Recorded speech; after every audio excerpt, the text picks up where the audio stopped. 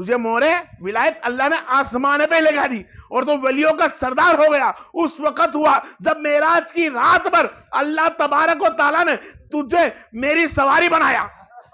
जब मेरी सवारी बनाया, जब मेरे पैर तेरी पीठ पर लगते रहे, तेरी गर्दन पर लगते रहे, इसी तरह मेरे पैर लगने से अल्लाह ने तेरा दर्जा बुलंद किया।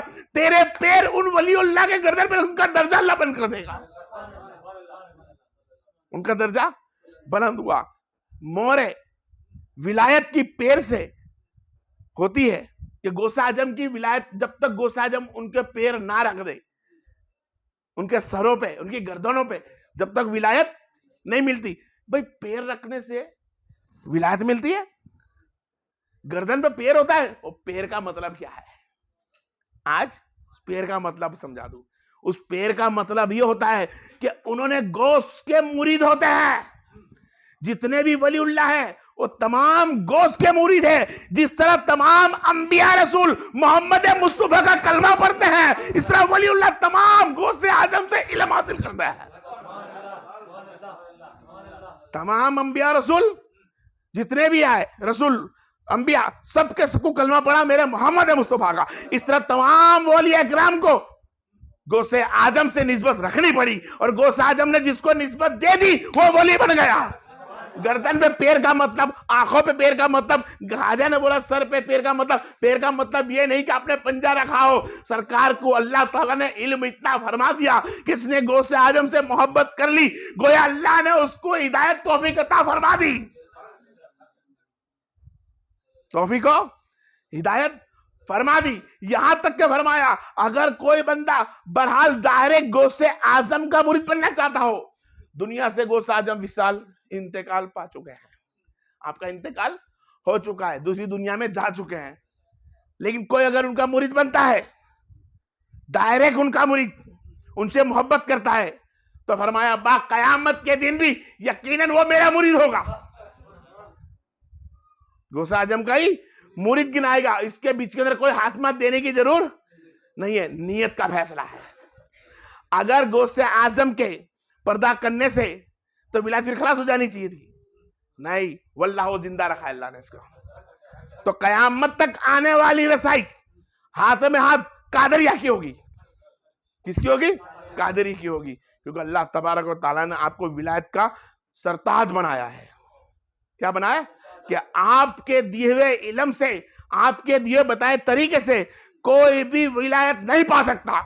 उनका तसव्वुफ करना ही होगा, उनका जिक्र करना ही होगा, और उनसे मोहब्बत करनी होगी। उनकी मोहब्बत बगैर किस कोई वली नहीं बन सकता। अल्लाह ने उनको नवाजा ही ऐसा था। आपके नाना भी वली, आपके दादा भी वली, आपकी माँ भी वली, आप भी वली। आपकी माँ हुसैनी सैयद, आपका बाप हसनी सैयद, अबू साले की औलाद अबू साले हसनी है, आप हुसैनी है। हजरत इमाम अली रज्जाक से आपका नस्बा मिलता है, इमाम अली रज्जाक से आपका नसब मिलता है। हसनी सैयद के अंदर, हुसैनी सैयद में, हसनी सैयद में आपका दर्जा अल्लाह ने इतना बुलंद रखा, इतना बुलंद रखा कि आपने बचपन ही के अंदर इतने अल्लाह ताला ने उनको करिश्मा था फरमाए कि कोई भी वली के हाथ तक नहीं हुआ है। क्या? किसी भी वली के इतने करिश्मात नहीं हुए जो मेरे गौसे आजम के हुए हैं। अल्लाह तबारक तआला ने गौसे आजम को कैसा नवाजा कि आपकी उम्र शरीफ सिर्फ कमोबेश 5 साल के करीब, कितने? 5 साल के करीब उम्र थी, 5-6 साल की। बच्चों के साथ रमने चले गए। क्या चले गए? बच्चों के साथ खेत में जाते, बहरहाल खेत में जाते, अबू साले के साथ, अपने नाना के साथ काम कराते, अपने नाना खेती बाड़ी का मतलब। सरकार गौसे आजम अलैहिस्सलाम सुन्नत अंबिया नहीं पाते थे। 4 साल की उम्र में आदम अलैहिस्सलाम की सुन्नत नहीं भाई कि आपने खेती बाड़ी करी, खेती बाड़ी करके आते, बच्चों के साथ खेलने जाते। तो कुछ बच्चों के साथ खेलने गए आप, जैसे खेलने जाते हैं तो उन्होंने जैसे तैसे कर बेल को पकड़ लिया, तो कोई बेल के कान मचोड़ता है, कोई सींग हलाता है, कोई उसको कंकर मारता है, कोई उसको भगाता है। सब बच्चे रेम रहे थे। सबने बोला एक अब्दुल कादिर जिल्लानी, तुम भी तो अब्दुल कादिर।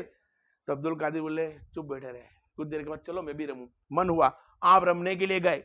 जैसे रमने गए, आपने उसकी पूंछ पे हाथ रखा पूछ पे हाथ रखते ही बेल बोल उठा, बेल बोल उठा, हे अब्दुल कादिर जिलानी, इन बच्चे मुझे सताते हो तो मैं समझता हूं, लेकिन तुम इस काम के लिए थोड़े आए हो। गौसे आजम ने पहली मर्तबा जनार क्या सुनी कि मैं अब्दुल कादिर जिलानी, अब्दुल कादिर, मैं गौसे आजम, मैं इस बेल से रमने नहीं आया हूं। आप दौड़ते हुए घबरा कर घर की तरफ भागे, अपनी माँ को खबर सुनाई कि माँ मेरे साथ बेल ने ऐसा ऐसा बोला। आपने सिर पे हाथ फिरा, बोला बेटा बचपन के अंदर ही मैं तेरे पेट में था, जब भी ऐसे बहुत कुछ वाक्य हो चुके हैं। आपने सब्र करके उनको लिटाया। सुबह पड़ी, आप फिर खेत में जाने लगे, तो खेत में से अल्लाह तबारक व तआला ने आपको, खड़े होते हैं तो अरफात का मैदान दिखाई देता है और वहां से बूम आती होती है, लब्बैक अल्लाहुम्मा लब्बैक। और गौसे आजम अलैहिस्सलाम बचपन की उम्र में सुनता है, जैसे सुनते हैं वो आगे फिर घबराए, अपनी माँ को खबर दी, माँ मुझको लब्बैक की आवाज आती है, अरफात का मैदान दिखता है, सब मदीना जाना चाहते हैं, सब मक्का जा रहे हैं, क्या मैं भी जा सकता हूँ? माँ ने फरमाया नहीं। आप थोड़े से मायूस होकर छत पर चले गए। जब छत पर जाके देखते हैं तो फिर आवाज आती है, लब्बैक अल्लाहुम्मा लब्बैक। सवारी लेके लोग मक्का के लिए रवाना होते हैं। उस धूल गुब्बार के अंदर, धूल गुब्बार के अंदर आप देखते हैं कि कहां तक पहुंचे। आपको खाली मस्कस ही होती है थोड़ी सी दिल में कि कहां तक पहुंचे। अल्लाह ताला उनको काबे तक दिखा देता है। गौसे आजम छत पे खड़े हैं, जिल्लानी इलाके में रहते हैं, ईरान के इलाके में आता है ने, वहां से उनको काबा दिखता है।